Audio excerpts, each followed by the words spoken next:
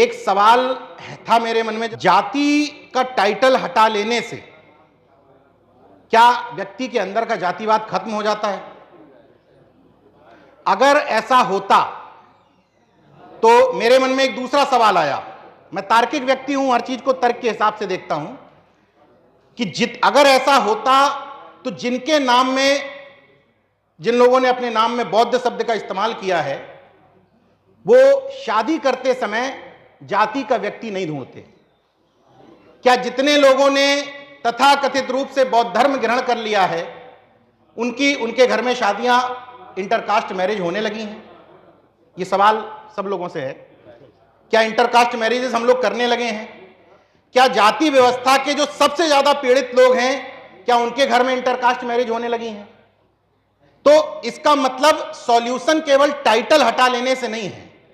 अगर केवल टाइटल हटा लेने से होता तो जिनको हम आज अपने पुरखे मान रहे हैं, पेरियार रामास्वामी नायकर, टाइटल नहीं हटाया था उन्होंने, लेकिन 94 साल जीवित रहे और समाज के लिए काम किया। मैं जाति टाइटल को जस्टिफाई नहीं कर रहा हूं, मैं ये कहने की कोशिश कर रहा हूं कि अपना शरीर रंगने से ज्यादा महत्वपूर्ण यह है कि हमारा आचरण किस तरह का है। हो सकता है हम एकदम परे हो जाएं कि हम जाति को नहीं मानते, हम जाति टाइटल हटा चुके हैं, इसके बावजूद हम साल में जितने कार्यक्रम करते हैं उतने कार्यक्रमों में केवल एक जाति के लोगों को बुलाएं तो कौन बेहतर काम कर रहा है, वो जो टाइटल लगाए या फिर वो जो जाति हटा चुका है? आचरण ज्यादा महत्वपूर्ण है कि हम अपने जीवन में आचरण किस तरह का जी रहे हैं, यह ज्यादा महत्वपूर्ण है। मेरा नाम मेरे पिता ने रखा तो मेरा नाम है नीरज भाई पटेल, लेकिन मैंने अपने बेटे का नाम रखा तो उसका नाम है कबीर शिवाजी। इसका मतलब यह नहीं कि मैंने अपने बेटे के नाम में से टाइटल हटा दिया तो वो जाति से मुक्त हो गया, यह उसका जीवन तय करेगा। हो सकता है कि मैं अपने टाइटल लगाए हुए भी अपने बेटे से ज्यादा बेहतर काम कर रहा हूं, क्योंकि क्या पता कि वो कैसा निकलेगा। यह तो एक प्रारंभिक श्रेणी है। परिवर्तन हम लोगों को करना पड़ रहा है। सबसे पहले अपनी जाति की गालियां खानी पड़ रही हैं, सबसे पहले, फिर वर्ग की गालियां खानी पड़ रही हैं।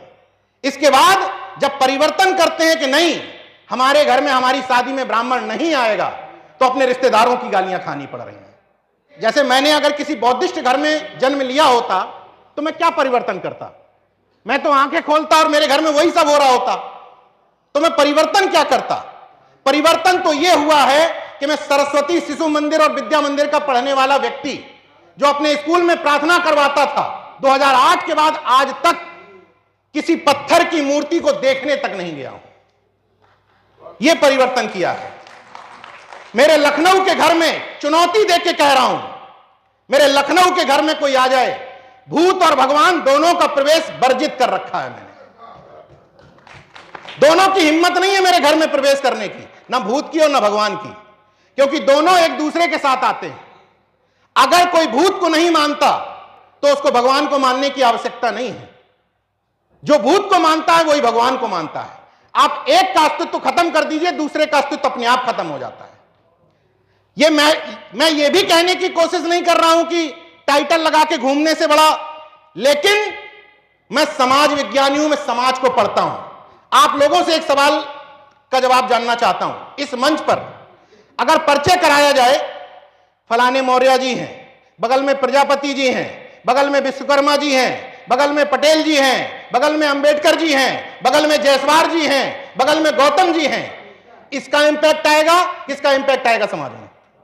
अगर मैं पटेल टाइटल ना लिख रहा होता, इस बात को समझिएगा, मैं अब जाति की दुकानदारी नहीं करता, जाति के कार्यक्रमों में नहीं जाता, फिर भी इसको क्यों चिपकाए घूम रहा हूं? क्योंकि अगर एक जाट समाज का व्यक्ति और पटेल समाज के व्यक्ति एक घंटे अंबेडकर बात पर बोलेगा, उसका जो इंपैक्ट होगा वो गौतम के बोलने का नहीं होगा। समझिए इस बात को। हमें इसको चिपकाए रहने में कोई विशेष फायदा नहीं है अब, क्योंकि हमारी जाति की दुकानदारी खत्म हो चुकी है। जानते हैं कि नहीं जवाहर साहब? उसी मंच पर घोषणा की थी कि आज के बाद किसी भी ऐसे कार्यक्रम में नहीं जाऊंगा जहां जाति महासभा का नाम होगा। उस दिन से नहीं जाता हूं, और जिस दिन मुझे पकड़ लेना उस दिन कान पकड़ के नीचे फेंक देना कि यार तुम तो समाज के गद्दार हो और मूवमेंट के खिलाफ काम कर रहे हो। हर व्यक्ति की एक वैल्यू है। अगर पिछड़े वर्ग के टाइटल वाले व्यक्ति गर्व से ये ना कहते मन से कि हम अंबेडकरवादी हैं, तो वो मोमेंट में वो जान नहीं आ पाती। मैं पता है जब मैं छोटा था इस तरह के मंचों के बाहर खड़ा होता था तो कहते थे वही सब इकट्ठे हैं, वही सब। ये माना जाता था कि अगर बाबा साहब की बात हो रही है तो केवल एक जाति के लोग या एक वर्ग के लोग इकट्ठे हैं। इस धारणा को तोड़ने के लिए मजबूरी में हम ये चिपका के घूम रहे हैं, ताकि ये समाज में आप एक बात समझ लीजिए, अगर कर्पूरी ठाकुर की जयंती मन रही है और कर्पूरी ठाकुर की जयंती का आयोजक जिस दिन यादव समाज का व्यक्ति हो जाएगा, जिस दिन बाबा साहब की जयंती का आयोजक धोबी समाज का व्यक्ति हो जाएगा, जिस दिन महामना रामस्वरूप वर्मा की जयंती मनाने वाला व्यक्ति वाल्मीकि हो जाएगा, यह सिस्टम चरमरा के टूट जाएगा। इनका मनुवाद का और सामंतवाद का सिस्टम। हमारे आंखें बंद कर लेने से, कबूतर की तरह आंखें बंद कर लेने से समस्या खत्म नहीं होती कि हमने मान लिया कि हमने खत्म कर दिया तो सब कुछ खत्म। ये जन्म से लेकर मृत्यु तक एग्जिस्ट करती है। कॉकरोच जनता पार्टी का नाम सबने सुना है। जिस दिन कॉकरोच जनता पार्टी के मिलियन में फॉलोवर्स हुए, मेरी और एक पार्टी के राष्ट्रीय अध्यक्ष की बात हो रही थी, उस दिन मैंने कहा अभिजीत दीपके इंडिया में सफल नहीं हो पाएगा। स्टाम्प पे लिख के दे दूं, नहीं सफल हो पाएगा। क्यों? क्योंकि कितना भी टाइटल छुपाए रहो, जब सार्वजनिक जीवन में आते हो तो व्यक्ति सबसे पहले पता करता है किस जाति के हो, खंगाल मारता है, खोट डालता है और उस जाति के आधार पर तय करता है तुम्हारा समर्थन करना है या नहीं करना है। इसलिए मिलियंस में व्यूज हुए, लेकिन जंतर मंतर पर वो भीड़ नहीं इकट्ठी हो पाई, क्योंकि किसी को अपनी प्रतिबद्धता बहन जी के प्रति साबित करनी है, किसी को अखिलेश जी के प्रति साबित करनी है, किसी को योगी जी के प्रति साबित करनी है कि ऐसा ना हो कि हमारे राहुल गांधी जी जननायक नाराज हो जाएं, हम इस मूवमेंट का समर्थन कैसे कर दें। तो इन जातियों में बटे हुए लोग, पार्टियों के गुलाम लोग कभी मूवमेंट तैयार कर ही नहीं सकते। मैं स्टाम्प पे लिख करके दे दूं। इसलिए मुझे पूरा कॉन्फिडेंस था कि कॉकरोच जनता पार्टी के कितने भी मिलियंस में फॉलोअर हो जाएं, लेकिन वो मूवमेंट भारत के अंदर सफल नहीं हो सकता, किसी कीमत पे नहीं हो सकता। और यही हुआ। मैं यहीं का एक वीडियो देख रहा था लखनऊ में, जो अभी प्रोटेस्ट हुआ था। उसमें एक ठाकुर सरनेम का व्यक्ति, लड़का, कह रहा है कि धर्मेंद्र प्रधान को शिक्षा मंत्री पद से हटा देना चाहिए, लेकिन हाथ में तस्वीर ली है योगी आदित्यनाथ की, अपने जाति के कुलभूषण की। कह रहा है मुझे यह समझ में नहीं आ रहा, धर्मेंद्र प्रधान का तो विरोध करो, हमारे परम आदरणीय योगी जी का क्यों कर रहे हो? बताओ। सोचते हैं आपके इस देश में कोई छात्र मूवमेंट चल सकता है? हमारे विचार से, हमारी आत्मा से, हमारे आचरण से जाति खत्म करनी होगी।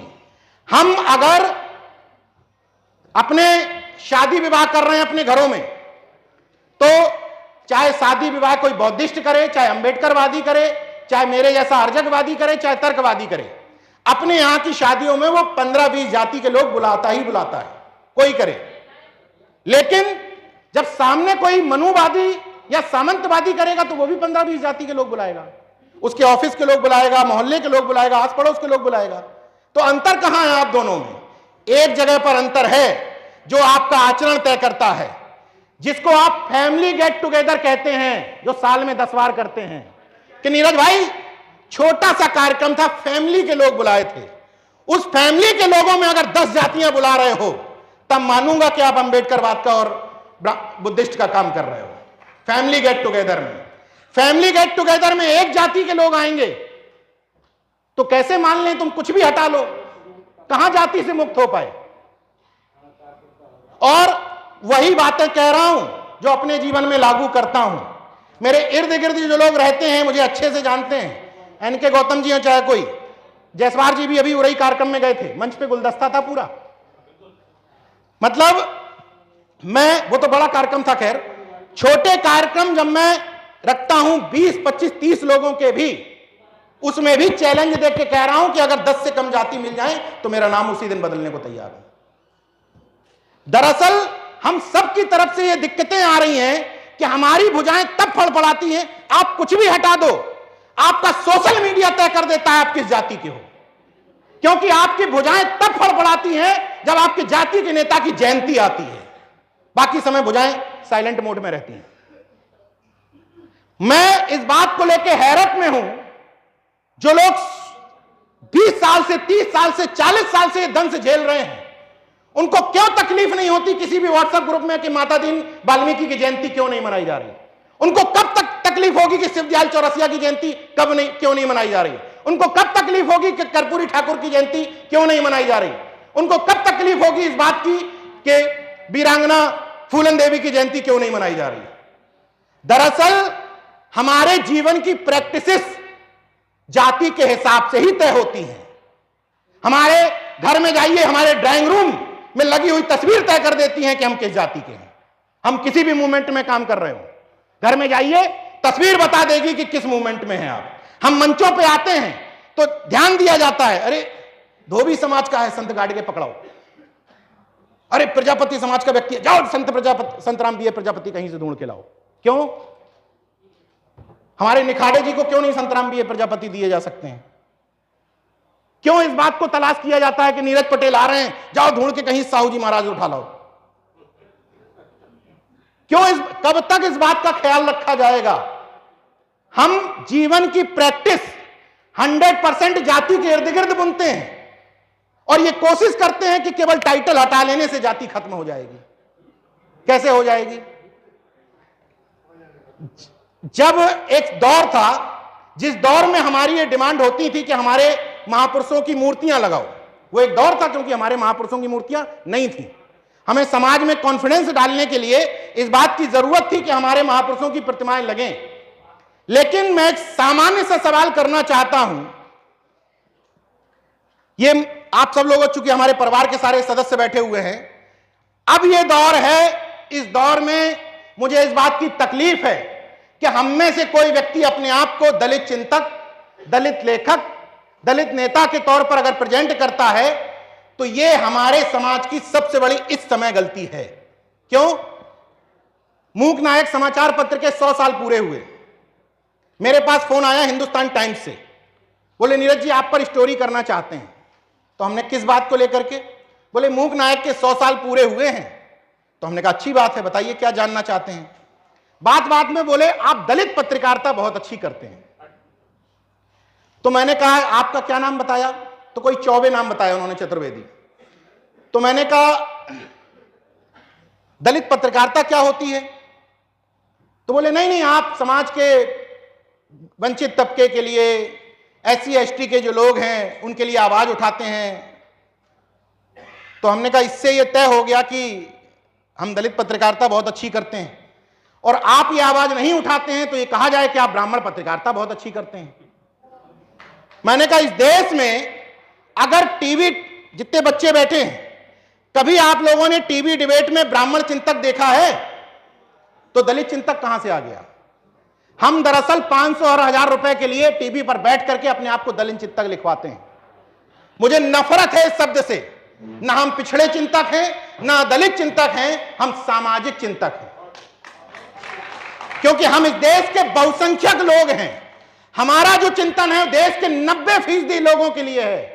तो हम कैसे दलित चिंतक और कैसे पिछड़े चिंतक हो सकते हैं? तुम 10%, 5% सोचने वाले लोग सामाजिक चिंतक हो, वरिष्ठ पत्रकार हो, सामाजिक विश्लेषक हो, लेकिन हम देश के बहुसंख्यकों के लिए सोचने वाले लोग एक खास तबके में सीमित कर दिए जाते हैं। यह हमारी अपनी भी गलती है। हम खुद अपने आप को डिसाइड करें। मेरे पास फोन आया अभी, बोले कि आप नीरज भाई पता नहीं क्यों दूर दूर रहते हैं, कभी हमारी डिबेट में बैठिए। मैंने कहा बैठने को तैयार हूं, लेकिन नाम के आगे या तो वरिष्ठ पत्रकार लिखा जाएगा या सामाजिक चिंतक लिखा जाएगा तो बैठूंगा। मैंने कहा ये पिछड़ा चिंतक, दलित चिंतक इस रूप में नहीं बैठूंगा।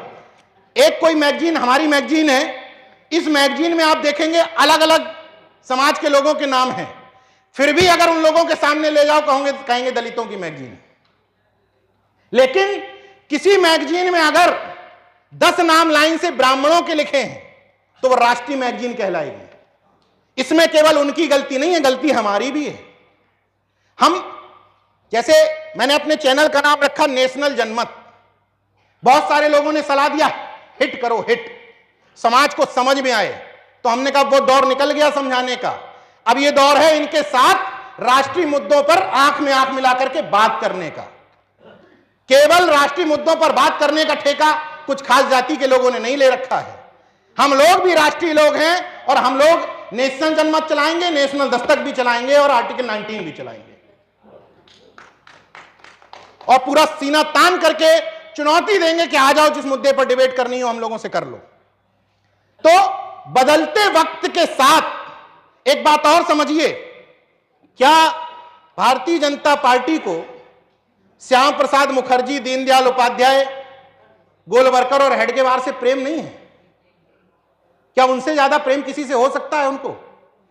फिर क्या वजह है कि देश में एकमात्र स्मारक पहला बन रहा है जहां पर सारे ब्राह्मण शिरोमणियों की मूर्तियां उन्होंने लगवाई हैं? पूरे देश में घूम घूम कर कि क्यों बीजेपी डिमांड नहीं करती कि श्यामा प्रसाद मुखर्जी की प्रतिमा लगाओ? क्यों नहीं करती?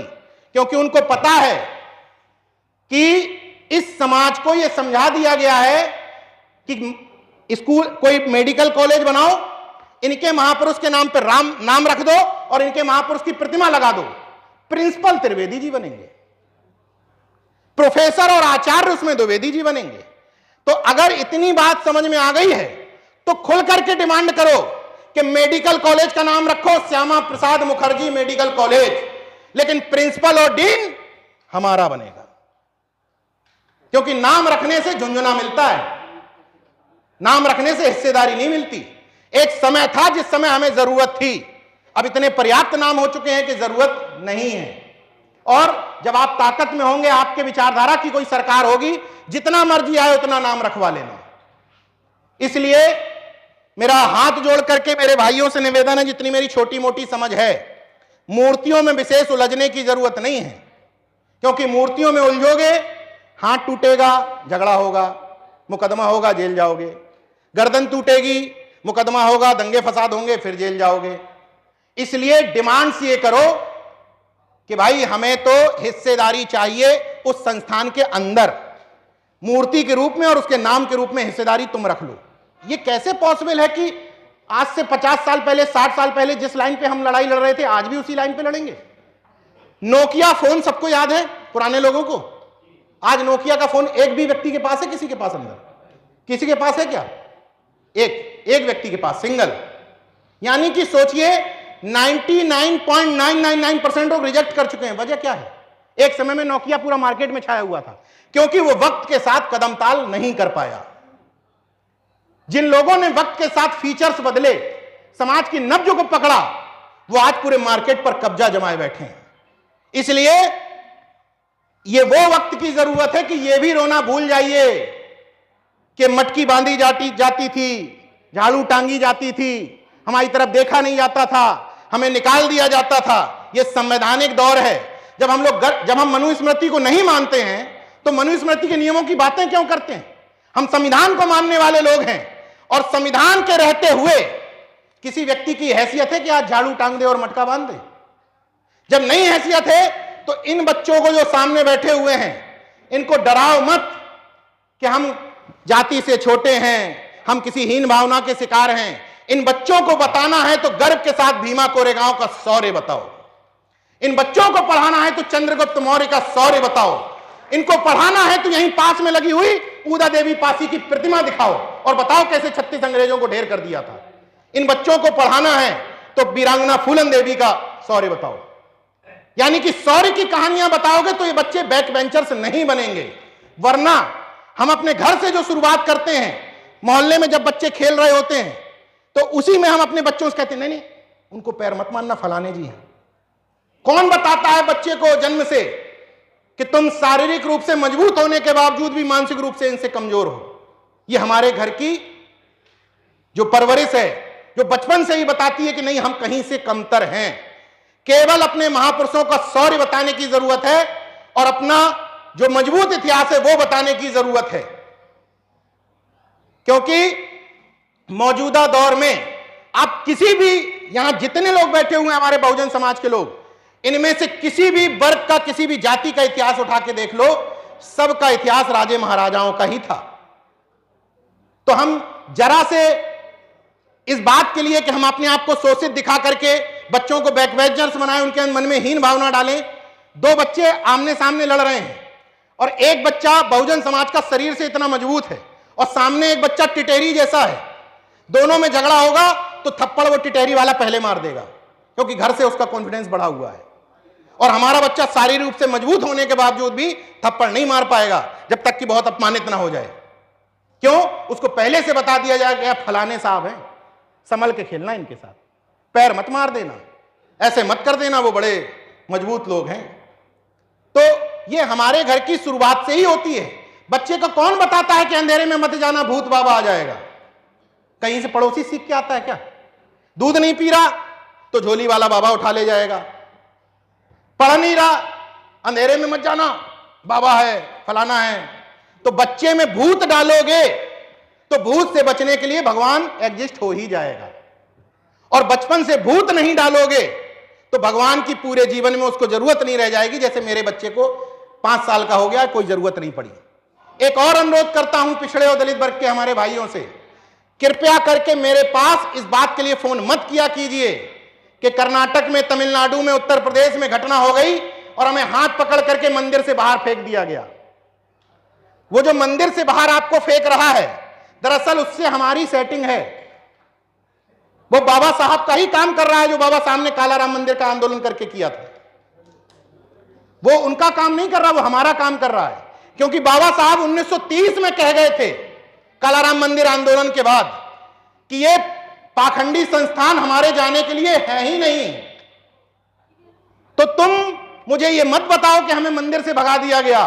मैं आपकी लड़ाई लड़ने को तैयार हूं, हम सब लोग। जिस दिन आपको लाइब्रेरी से भगा दिया जाएगा, जिस दिन आपको मेडिकल कॉलेज से भगा दिया जाएगा, जिस दिन आपको अस्पताल से भगा दिया जाएगा, जिस दिन आपको स्कूल से भगा दिया जाएगा, हम लड़ेंगे। लेकिन प्लीज ये धार्मिक संस्थानों से भगा दिया जाए तो हम आपकी लड़ाई लड़ने के लिए नहीं है, हमें फोन मत कीजिए। बाकी अंतिम एक अनुरोध बस ये करूंगा कि मैं कोई बहुत बड़ा जानकार या बहुत बड़ा फिलोसफर नहीं हूं। मैंने जो समाज से सीखा है छोटी मोटी चीजें, उसके आधार पर कह रहा हूं कि आपके घर का जो ड्राइंग रूम है, जैसे यहां जो तस्वीरें लगी हैं ना, इन तस्वीरों से क्लियर हो जाता है कि ये हॉल किस विचारधारा का है। यानी कि सरकार के फंडिंग से चल रहा है तो वहां तस्वीरें स्पष्ट हैं। वैसे ही जब कोई आपके घर में एंट्री करे तो आपके ड्राइंग रूम से तय हो जाना चाहिए कि आप किस विचारधारा के हैं। और वो तस्वीर 1 या 2 नहीं होनी चाहिए, कम से कम 5 होनी चाहिए, ताकि अंदर एंट्री करने वाला ये कंफ्यूज हो जाए कि ये मानता किसको है। बाकी देखते रहिए नेशनल जनमत, जागरूक और सजग बने रहिए।